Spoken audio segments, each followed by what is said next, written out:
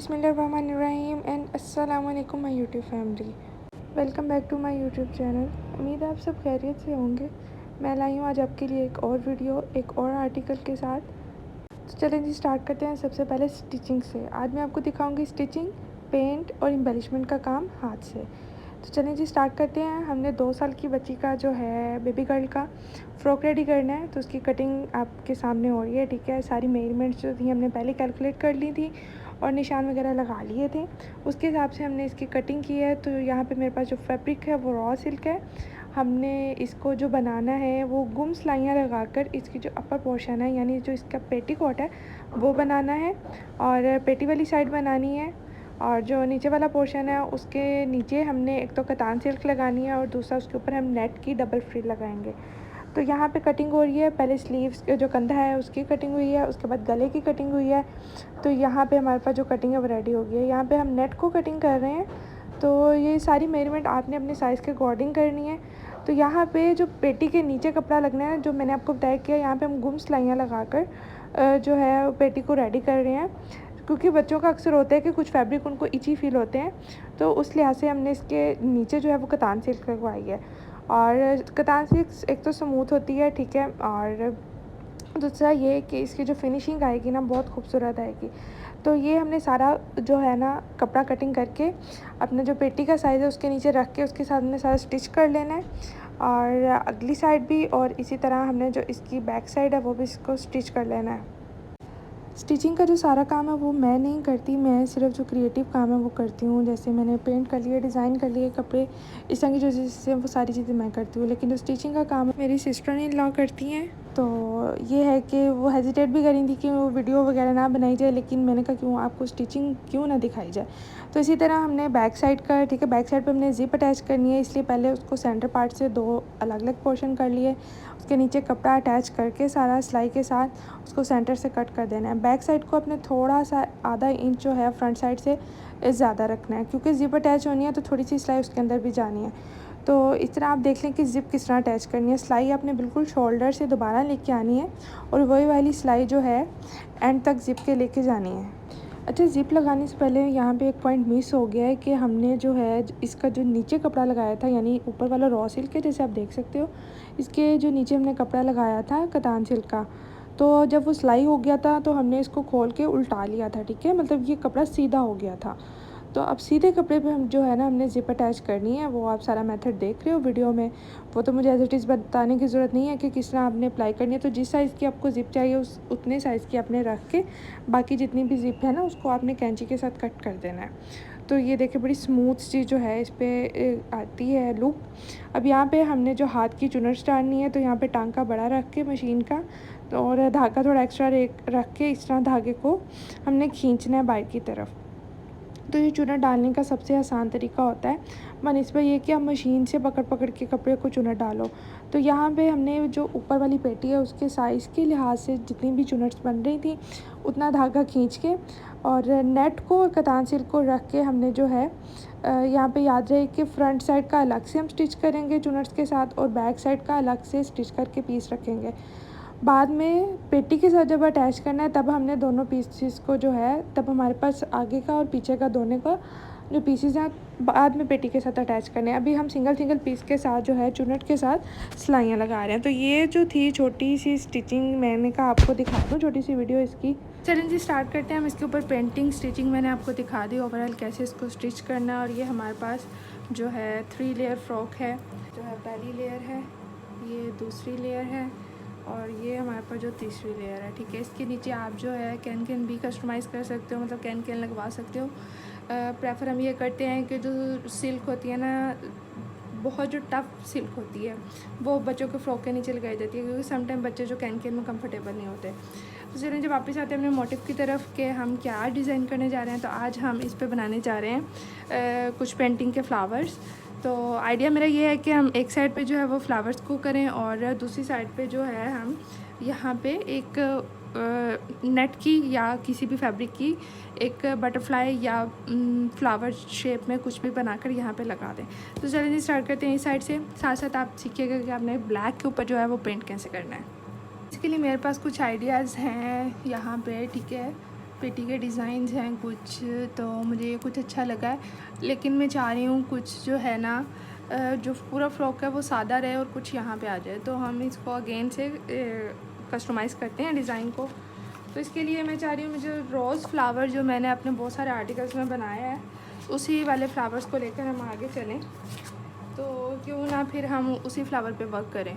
तो यहाँ पे हम बनाते हैं रोज़, ठीक है। बाउंड्री हम करेंगे ग्लिटर कॉन्स के साथ, और इसके अंदर जो पेंट है वो कैसे करना है ब्लैक फैब्रिक के ऊपर वो आप साथ साथ सीखिएगा।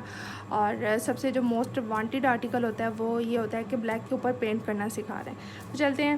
फैब्रिक में हमारे पास अगेन मैं बता दूँ कि हमारे पास रॉ सिल्क है ऊपर वाला फैब्रिक, और नीचे मैंने लगवाया है इसके कतान सिल्क, ठीक है। ये थोड़ा स्मूथ है, रॉ सिल्क थोड़ा इची करता है बच्चों के लिए। हम जी बनाने जा रहे हैं अपना ये वाला फ्लावर यहाँ पे, तो ये मैं इसको सामने रखूँगी अपने, और ड्रॉ करते हैं हम। बिस्मिल्लाहिर्रहमानिर्रहीम।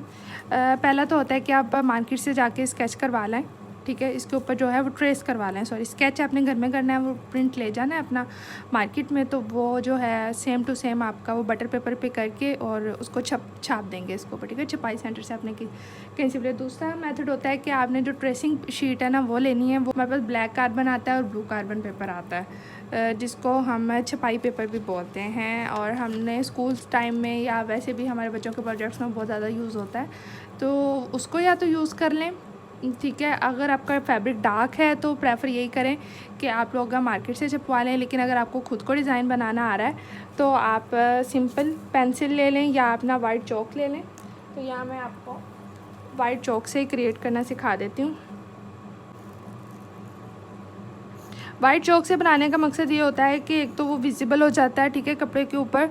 दूसरा अगर हम देखें तो वाइट चॉक जो होता है वो डस्ट ऑफ इजीली हो जाता है, ठीक है। वो कपड़े के ऊपर अपना जो है वो स्टेन नहीं छोड़ता, तो इसलिए मैं जो ऑप्ट करती हूँ ना वो मोस्टली वाइट चॉक को करती हूँ।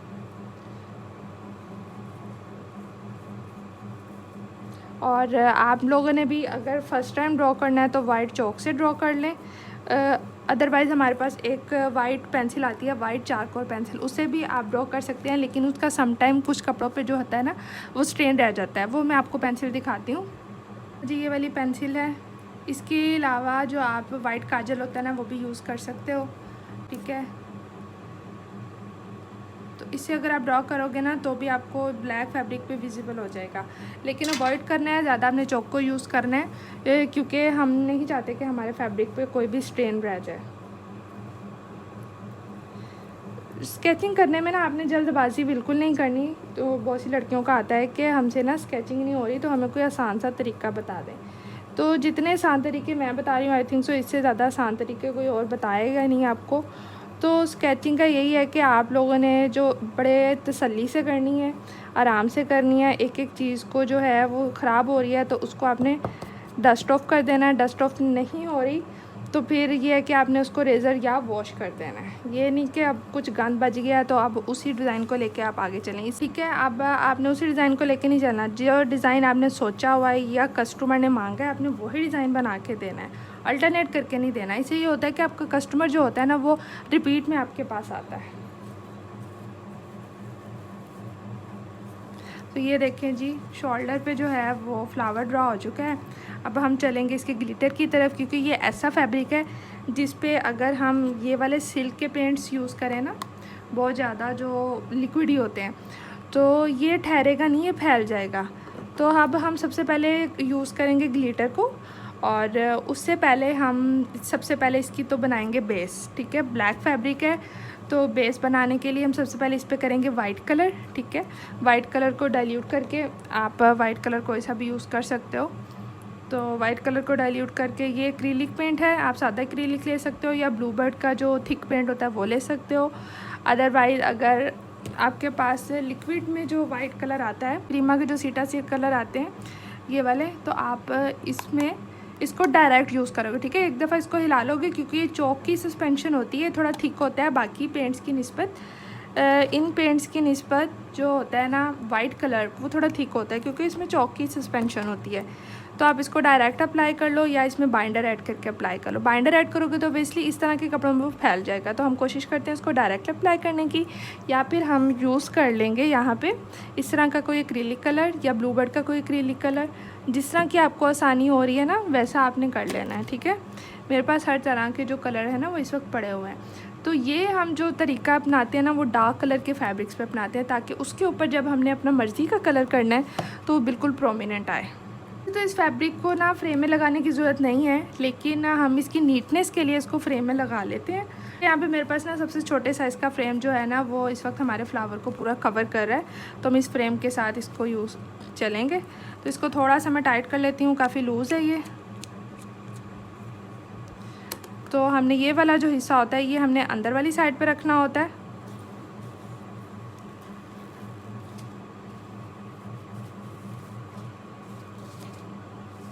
ठीक है, ये अंदर वाली साइड पे आ गया। अब उसके ऊपर हमने ये वाला हिस्सा रखना होता है। इसको अच्छे से आपने एक ही दफ़ा टाइट कर लेना है, बार बार ये लूज़ नहीं होना चाहिए। जितना टाइट अच्छा होगा उतना आपका जो कलर है ना वो कम फैलेगा। जी, यहाँ पे मैंने ले लिया अपने सबसे छोटे साइज़ का ब्रश। अब और इसके अलावा हमें चाहिए वाइट पेंट। ठीक है, डायरेक्ट यूज़ करके देखते हैं अगर इस फैब्रिक पे चलता है तो। क्योंकि ये ऑलमोस्ट ख़त्म है, आप इसके अंदर देख सकते हो थोड़ा सा बाइंडर है इसके अंदर और ये बिल्कुल बेस पर रह गया, तो ये थोड़ा थिक है मेरे पास ऑलरेडी।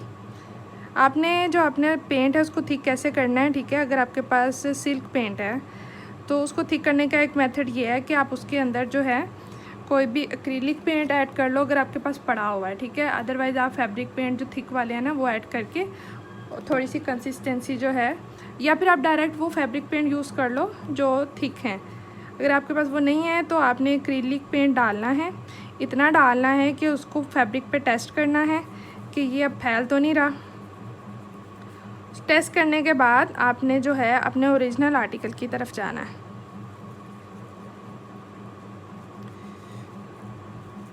छोटा काम था तो मैंने छोटा ब्रश ऑप्ट किया है। अगर बड़ा काम होगा, ठीक है, जैसे ऑर्गेन्जा पे हम लोगों ने बड़े बड़े फ्लावर्स जो हैं वो लेने होते हैं, बनाने होते हैं, तो हम उसकी तरफ जाएंगे, बड़े ब्रश की तरफ।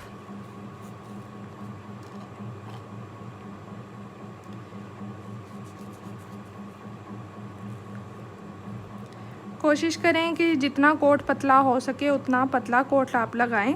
बाइंडर को ऐड कर लें।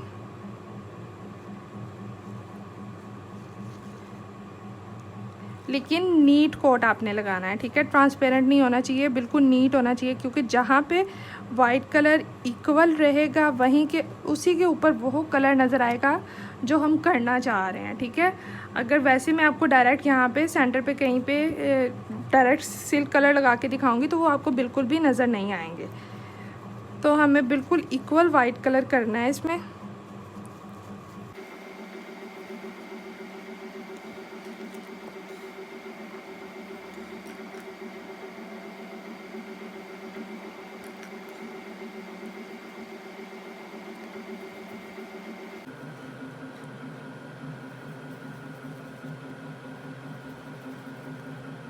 अब आप देखें इन दोनों में फ़र्क आ रहा है, ठीक है। ये वाला जो है वो ब्राइट है,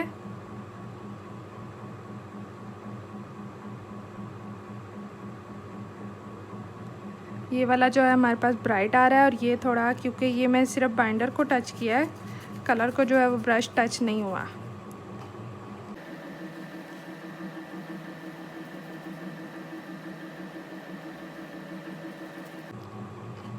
एक पूरा आर्टिकल रेडी करने में, छोटा आर्टिकल रेडी करने में ना आपके 2 से 3 दिन चले जाते हैं आराम से, क्योंकि आपने स्लो प्रोसेस में काम करना है। बहुत जल्दबाजी नहीं करनी कि मैं पूरा जो है एक ही दिन में कर लूँ, ये नहीं होता। आपने पेंट को जो है ड्राई होने का, स्टे होने का जो है वो टाइम देना है। नीचे वाली कोट आपकी अगर स्टे करती है फैब्रिक के ऊपर, तभी जो ऊपर वाला आप कोट करोगे वो प्रोमिनेंट नज़र आएगी। अगर आप गीले गीले कोट पे एक और कोट कर दोगे तो वो दोनों कलर आपस में मर्ज होके एक तीसरा कलर बना देंगे, और वो नीटनेस जो आप देना चाह रहे हो वो भी ख़त्म हो जाएगी, और जो कलर आप देना चाह रहे हो वो तो ऑब्वियसली बिल्कुल ही नहीं आएगा। तो आपने स्लो प्रोसेस में देखना है। तो ब्लैक पे जो काम करने का तरीका होता है वो यही होता है।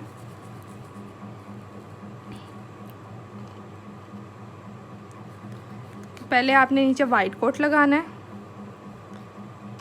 अगर आपके पास बाइंडर ही वाइट कलर का है, या फिर आप बाइंडर अगर सिर्फ अप्लाई करना चाह रहे हो, नीचे वाइट कलर नहीं अप्लाई करना चाह रहे हो, तो आप बाइंडर में वाइट कलर थोड़ा सा ऐड कर लो। जो बाइंडर आपका है वो वाइट कलर का हो जाएगा, तो उसके ऊपर आप कोई भी जो कलर है वो यूज़ कर सकते हैं।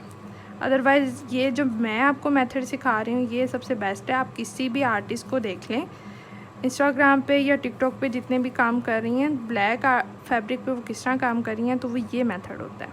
ठीक है, एक तो ये नीट होता है, दूसरा जैसा हम चाह रहे होते हैं वैसा आर्टिकल हमारा बन जाता है।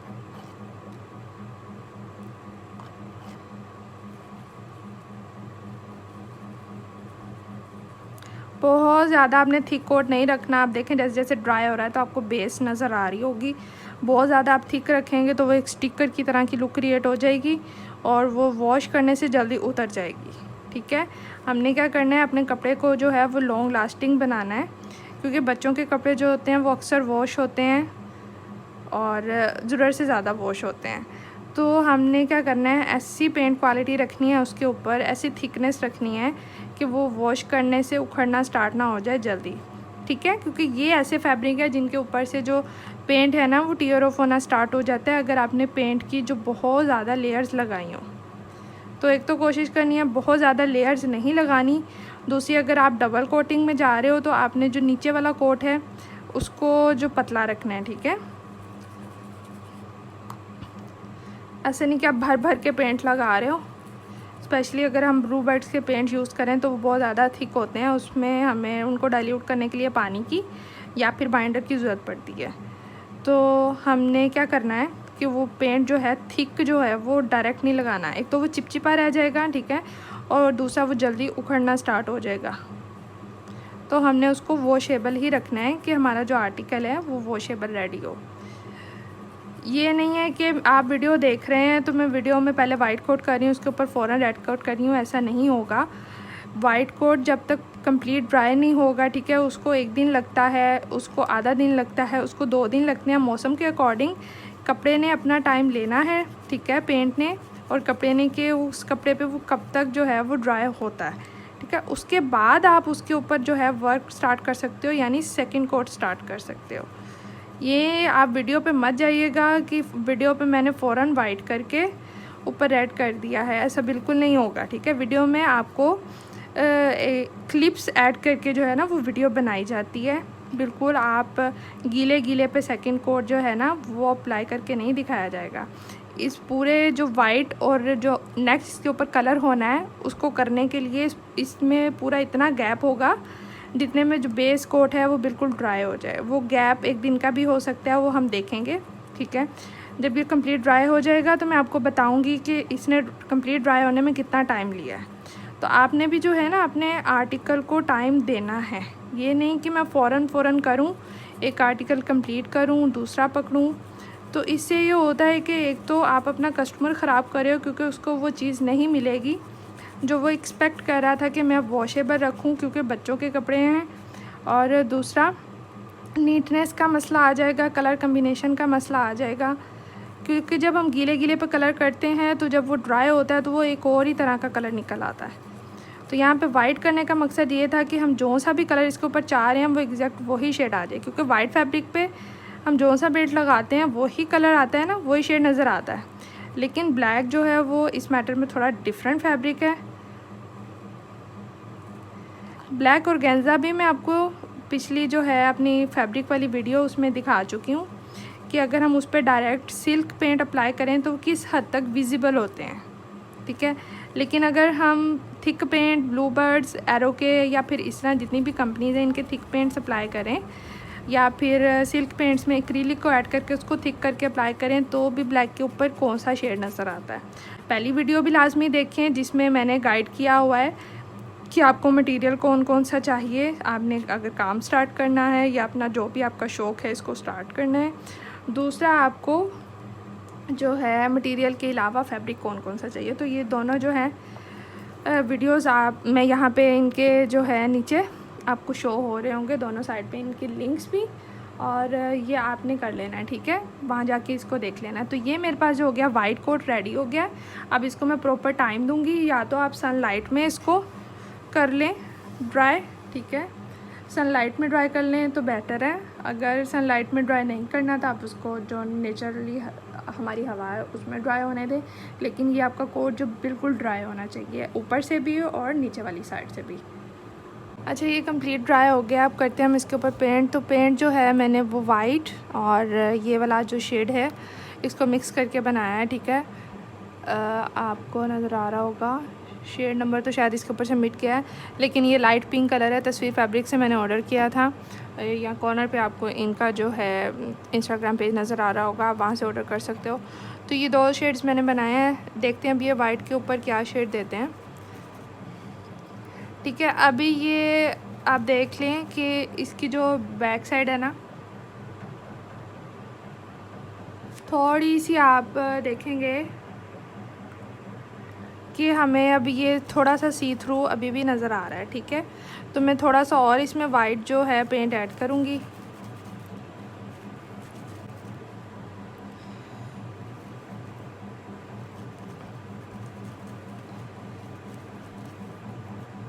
तो ये बड़ा खूबसूरत सा जो बेबी पिंक कलर है वो इसके आप ऊपर जो है उठ कर आ रहा है।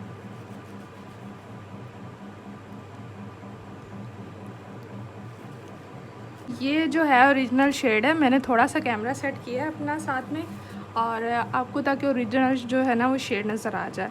तो अब यहाँ पे मैं अगेन ये वाला कलर लूँगी, और आप देखिएगा कि मैंने इसमें सिर्फ ब्रश को जो टिप को जो है वो टच किया है।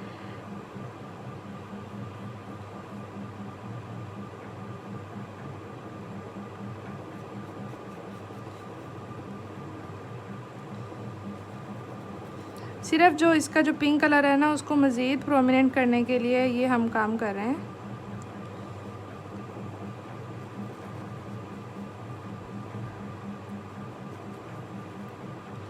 बहुत स्मूथ चलना है, लेकिन आपने वाइट कोट के जो है वाइट कोट के ऊपर ही रहना है, वाइट कोट से हटना नहीं है। जैसे आप हटेंगे तो आपका जो कलर है वो फैल जाएगा, ठीक है। अब अगेन हम ऐसे करते हैं, इसी को थोड़ा और डार्क कर लेते हैं।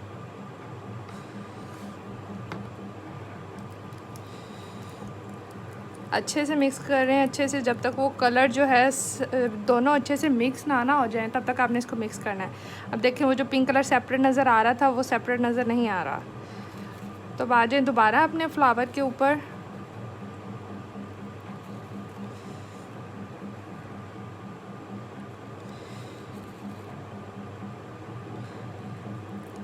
सिर्फ कोट के ऊपर ऊपर हमने रहना है।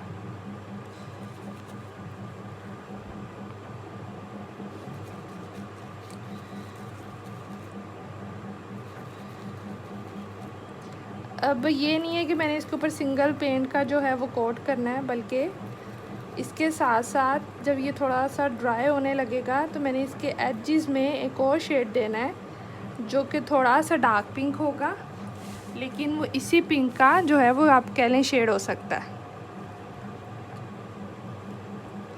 अब यहाँ पे हमारे जो फ्लावर की शेप थी मैं उसी के ऊपर चलूँगी।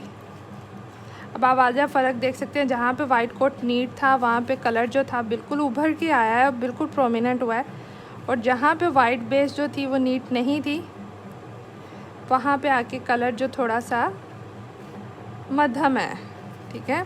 तो जो नीचे वाली बेस है, एक तो आपने वो बहुत अच्छे से करनी, बहुत ज़्यादा पानी नहीं डाल लेना और बहुत ज़्यादा थिक पेंट भी नहीं हमने ऐड करना।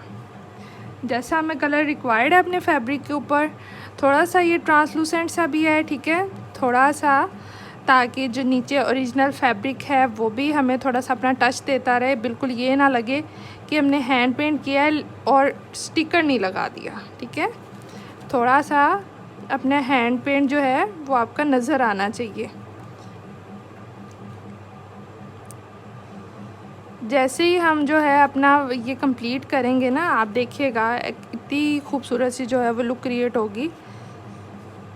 आपके सामने ही मैंने पेंट की रेशो ली है, बिल्कुल जो वाइट पेंट है वो मैंने इस ब्रश पे लगाया है, ठीक है, और उसमें घुमा दिया है। उधर से मैंने जो पिंक है उसके मैंने लिए हैं 4-5 ड्रॉप्स और उनको मिक्स किया है। मतलब जो आपको कलर रिक्वायर्ड है आप वो कलर मिक्स कर लें और करते जाएं, ठीक है। अब ये बहुत ट्रांसपेरेंट है, इसके नीचे से आपको बेस कपड़े की नज़र आ रही होगी। जैसे ये ड्राई होगा ना, हम कोशिश करेंगे इसके ऊपर एक और कोट करें, क्योंकि अभी तक जो हमारा पेंट है वो बहुत पतला है, कोई स्टिकर की जो है लुक क्रिएट नहीं हुई। अब इसके ऊपर हम एक और कोट की गुंजाइश रखते हैं। इससे क्या होगा, जो आप ऊपर कोटिंग कर रहे हो उसकी जो लुक है ना वो बहुत नीट आएगी। ग्लिटर से हमने इसकी बाउंड्री करनी है, थोड़ी सी हमने इसके ऊपर एम्बेलिशमेंट करनी है, यानी इसको हमने बहुत खूबसूरत सा जो है ना रेडी करना है। एक जो बच्चों की कलेक्शन का एक फॉर्मल वेयर जो आर्टिकल है ना वो हमने रेडी करना है। मसला ज़्यादा पेंट का नहीं आता, बच्चों की कलेक्शन में मसला ज़्यादा स्टिचिंग का आता है।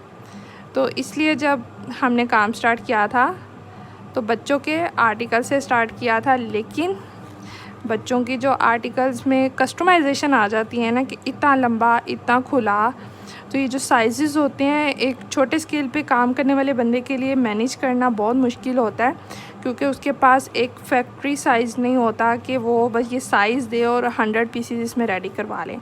हमें तो time to time different pieces ready करने होते हैं, अपने हाथ से रेडी करने होते हैं। तो ये नहीं कि आपके पास एक लंबी कलेक्शन पड़ी होती है, आपको एक एक पीस अलग से स्टिच करना पड़ता है या करवाना पड़ता है, तो उसकी भी कॉस्ट काफ़ी ज़्यादा बन जाती है। तो इसलिए जो किड्स कलेक्शन होती है वो हमेशा जो बड़ों की कलेक्शन होती है ना उससे थोड़ी एक्सपेंसिव होती है। एक तो इसमें डिफरेंट तरह का जो कपड़ा यूज़ होता है, फिर इसकी स्टिचिंग जो है काफ़ी मुश्किल होती है, स्पेशली जब अगर हम बात करें फ़्रॉक्स वगैरह की। तो यहाँ पे जो है हमारा एक जो कोट है वो डन हो गया है। इसके बाद हम इस पर सेकंड कोट करेंगे। सेकंड कोट जब हम करेंगे तो हम जो पेटल्स है उनको शेप देना स्टार्ट करेंगे। शेप कैसे देनी है, वो शेडिंग के साथ। तब तक इसको हमने ड्राई होने देना है, ठीक है। मैं अगेन कहूँगी, जैसे मैंने पहले कहा था कि वाइट जब गीला था तो हमने उसके ऊपर पेंट नहीं किया, उसको 2-3 घंटे रखा है ताकि वो ड्राई हो जाए मौसम के हिसाब से, ठीक है। अगर आपका मौसम नमी वाला है तो पेंट ज़्यादा टाइम लेगा, अदरवाइज़ आप जो वो ड्रायर होता है हेयर ड्रायर उसको यूज़ कर लें, या हेयर ड्रायर गन जो ड्रायर गन होती है उसको यूज़ कर लें, रेजिन आर्टिस्ट जो यूज़ करते हैं, ठीक है। तो ये हमारा जो है सिंगल कोट अभी रेडी है अपने नेक्स्ट कलर का। इसके बाद हम इसके ऊपर एक और कोट करेंगे, उससे पहले इसको जो है वो ड्राई करना ज़्यादा ज़रूरी है। अब हम यूज़ कर रहे हैं ब्लू बर्ड का पेंट, ठीक है, ये वाला पिंक, कॉस्मिक पिंक कलर। इसमें मैंने हल्का सा वाइट जो है उसके ड्रॉप सेट किए हैं।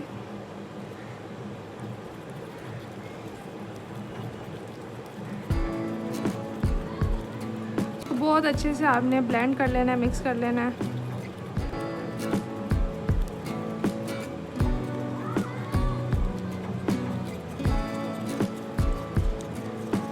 अच्छा, कलर्स की जो मिक्सिंग होती है वो थोड़ा टाइम लेती है।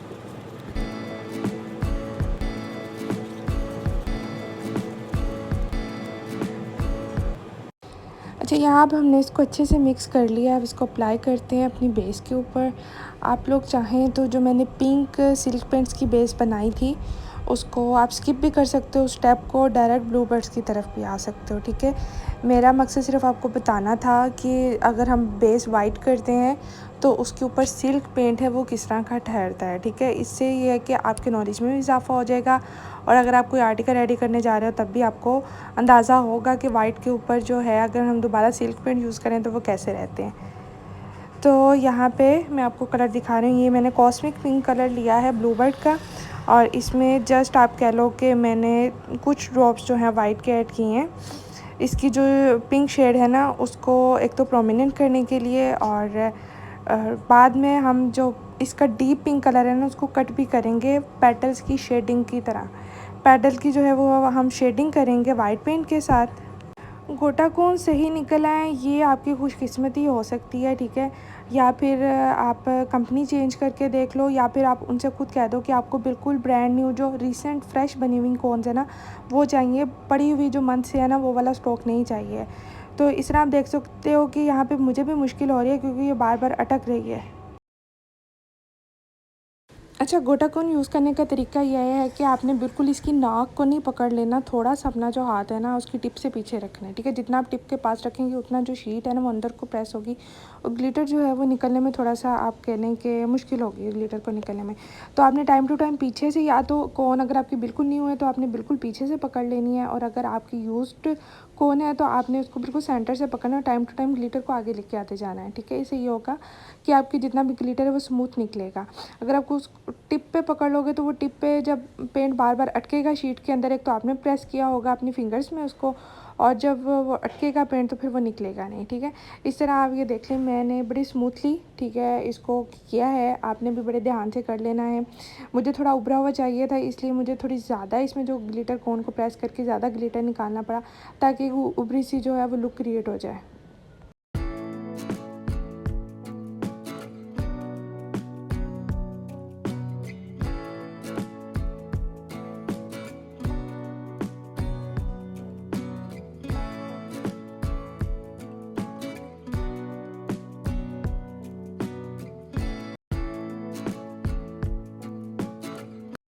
अच्छा, गोटा कोन यूज़ करने के बाद हमने इसको कंप्लीट ड्राई कर लिया। मैं जो शेडिंग का स्टेप भूल गई थी, अब यहाँ पे हम शेडिंग करेंगे, ठीक है?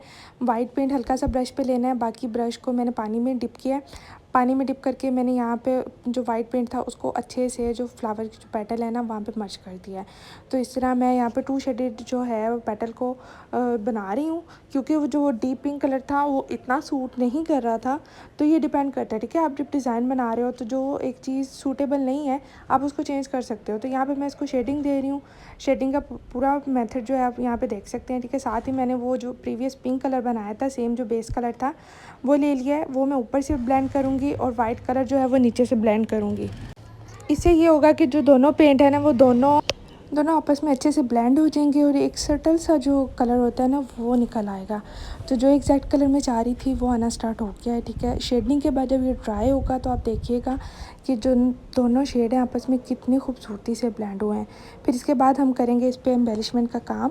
तो इस वीडियो को मैं करती हूँ यहाँ से फास्ट फॉरवर्ड, क्योंकि यहाँ पर शेडिंग का एक ही मेथड है पूरे फ्लावर में।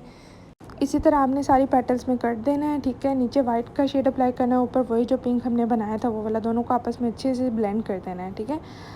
ये वीडियो मैंने फास्ट फॉरवर्ड कर दिया ताकि हमारा थोड़ा टाइम बच जाए। सेम मेथड है, हर पेटल में वही यूज़ होना है मेथड जो हमने पहली पेटल में यूज़ किया है, ठीक है? अगर आपको पेंट कहीं कम लग रहा है पिंक वाला तो वहाँ आप ज़्यादा ऐड कर सकते हो, ठीक है? जिस तरह का भी आपको कलर टोन चाहिए। मैंने सिर्फ आपको मेथड बताना था कि हम इस तरह भी ब्लेंडिंग कर सकते हैं, ठीक है?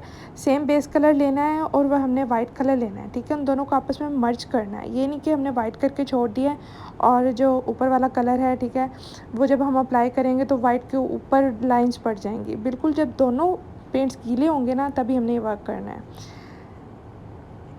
अच्छा जी, अब चलते हैं हम एम्बेलिशमेंट की तरफ। यहाँ मैंने छोटे जो मोती होते हैं वो लिए हैं, और साथ में मैंने यहाँ पे जो वाइट सितारी होती है वो लिए, साथ में मेरे पास वाइट धागा है। थोड़ी सी सितारी मैं यहाँ अपने फ्रेम के ऊपर रख लूँ। इस तरह जो है मटेरियल लगाने में थोड़ी सी जो आप कह लो कि आसानी हो जाती है कि आप मटेरियल थोड़ा सा निकाल के रख लो अपने पास। यहाँ पे जो मेरे पास नीडल है वो 11 साइज़ है, ठीक है? और मोतियों के लिए यूज़ होती है। आपने मार्केट में जाके किसी भी जहाँ से मटेरियल मिलता है वहाँ पे जाके आपने ये कहना है कि आपको मोतियों वाली सुई चाहिए। उसमें भी साइज़ होते हैं, तो 11 साइज़ जो होता है वो अच्छा साइज़ है, लेकिन उससे अगर आपको बड़ा थोड़ा साइज़ मिल जाए तो वो बेस्ट होता है। यहाँ पे मैंने एक सितारी ली है, ठीक है? सितारी जो है ये बिल्कुल प्लेन वाली सितारी है। इसके ऊपर मैंने एक वाइट मोती लिया है, ठीक है? ये जो इसको हम दूधिया मोती भी कहते हैं। ये बिल्कुल आप कह लो कि ऑफ वाइट सा कलर का मोती है। तो ये जितना भी एम्बेलिशमेंट का सामान है ये सारा मैंने आपको पहले भी लास्ट वीडियो में बताया था कि मैं कहाँ से ऑर्डर करती हूँ, और लास्ट में मुझे जब पीआर आया था उसके बाद तो मैं उन्हीं पे ट्रस्ट करती हूँ और वहीं से अपना जो सामान है वो मंगवाती हूँ। तो यहाँ कॉर्नर पे आप इनका जो पेज देख सकते हैं और डिस्क्रिप्शन पे इनका लिंक है सुनाब आर्ट का। तो इसी तरह हमने जो सारे फ्लावर में थोड़ी थोड़ी एम्बेलिशमेंट कर देनी है, क्योंकि ये 2 साल की आप कह लो बेबी गर्ल का फ़्रॉक है, तो हमने उसके हिसाब से इसके ऊपर मटेरियल लगाना है ताकि जो है पहनने में भी कंफर्टेबल हो और लुक में भी एलिगेंट लगे। तो इसी तरह जितनी भी सारी पैटर्न्स हैं उन पे मैंने कहीं कहीं ये सितारी और मोती लेके सारा जो काम करना है। धागे को बहुत अच्छा रखना है, फ्रेम को बहुत टाइट करना है, धागे को जहाँ आपने मोती लगा लेना है वहाँ धागे को टाइट करके पकड़ना है, ठीक है? इससे क्या होता है कि नीचे वाली साइड पे जब आप टांका टू टांका चलते हो तो उसके अंदर जो स्पेस होती है ना वो लूज़ नहीं रहती। धागे को आपने खींचते रहना है, कपड़ा कहीं नहीं जाएगा, ना फटेगा ना सुराख होगा। और एम्बेलिशमेंट लगाने का जो बेहतरीन तरीका यही होता है कि धागे को खींच के रखा जाए। तो इसी तरह आप देख लें कि मैं वीडियो फास्ट फॉरवर्ड करती हूँ ताकि हमारा टाइम बच जाए। और सारी पैटर्न्स में इस तरह मैंने सारा मटेरियल लगवा लिया है। आप देखें कि इसको मैंने थोड़ा सा और ज़्यादा रोशनी में रखा है, आप कह लें कि सनलाइट में मैंने इसको रखा है। तो इसकी जो खूबसूरती है, किस तरह जो मोती हैं वो शाइन कर रहे हैं सितारे के साथ, और ये बहुत प्यारी लुक दे रहा है। साथ में जब ग्लिटर उसके साथ लुक दे रहा है ना माशाल्लाह, तो इस तरह आप भी जो है वो क्रिएट कर सकते हो। ठीक है, ये फ्लावर आपको मैंने एक तरीका बता दिया है। ये फ्लावर आप दुपट्टों पे बना सकते हो। ठीक है, अगर आप ऑर्गेन्जा पे बनाने जा रहे हो तो आप मेरे से कमेंट्स में या मेरे पास यहाँ पे व्हाट्सएप का नंबर शो हो रहा है, यहाँ पे आप पूछ लें कि वहाँ क्या क्राइटेरिया, वहाँ क्या मेथड लगेगा, क्योंकि ये जो है रॉ सिल्क है। जब हम ऑर्गेन्जा पे काम करेंगे तो वो एक डिफरेंट जो है उसमें टेक्निक्स लगेंगी। ऑब्वियसली यहाँ पे मैंने आपको सारा करके दिखाया कि वाइट के ऊपर क्या सही रहना है, क्या नहीं सही रहना। तो इसी तरह जब हम फैब्रिक चेंज करेंगे तो फैब्रिक चेंज करने पे जो कलर्स करने की टेक्निक है वो भी चेंज हो जाती है। अभी जब मैं यहाँ पे सारा मटेरियल लगा लूँगी, इसके बाद आप इसकी कंप्लीट लुक देखिएगा। और माशाल्लाह बहुत हसीन रेडी हुआ था ये, और जो हमारी क्लाइंट है उनको भी बहुत ज़्यादा पसंद आया था। दिल खुश हो जाता है जब आप कोई चीज़ क्रिएट करते हो, पहले क्लाइंट ने आपके ऊपर सारा कुछ छोड़ा और आप वो चीज़ क्रिएट करते हो और वो बन के इतनी खूबसूरत निकलती है। तो और रिव्यूज़ जो आपको मिलते हैं ना उसके बाद दिल खुश हो जाता है। तो यहाँ जी हमारा आर्टिकल कंप्लीट हो गया है। इसको ज़िप अप करते हैं, यहाँ से फ्रेम निकालते हैं। तो ये जो है हम आपके साथ शेयर करने जा रहे हैं इसकी कंप्लीट लुक। माशाल्लाह माशाल्लाह देखें, सनलाइट में तो ये और भी ज़्यादा खूबसूरत नज़र आ रहा है माशाल्लाह से। तो जल्दी से अपना जो मटेरियल है वो ऑर्डर कर लें। मेरी लास्ट वीडियो में सारा मटेरियल मेंशन है, कहाँ कहाँ से लेना है, क्या क्या करना है, सारा ऑर्डर कर लें। तो यहाँ मैं तब तक इसको ग्लिटर को नीट करती हूँ, और ये जी इसकी फ़ाइनल लुक। मिलते हैं नेक्स्ट वीडियो में एक नेक्स्ट आर्टिकल के साथ, एक कंप्लीट दुपट्टे के साथ। ठीक है, तब तक के लिए मुझे इजाज़त दीजिए। मेरे चैनल को सब्सक्राइब कर लें, बेल आइकन को हिट कर लें और मेरे चैनल को शेयर करें। और तब तक के लिए जी अल्लाह हाफिज़।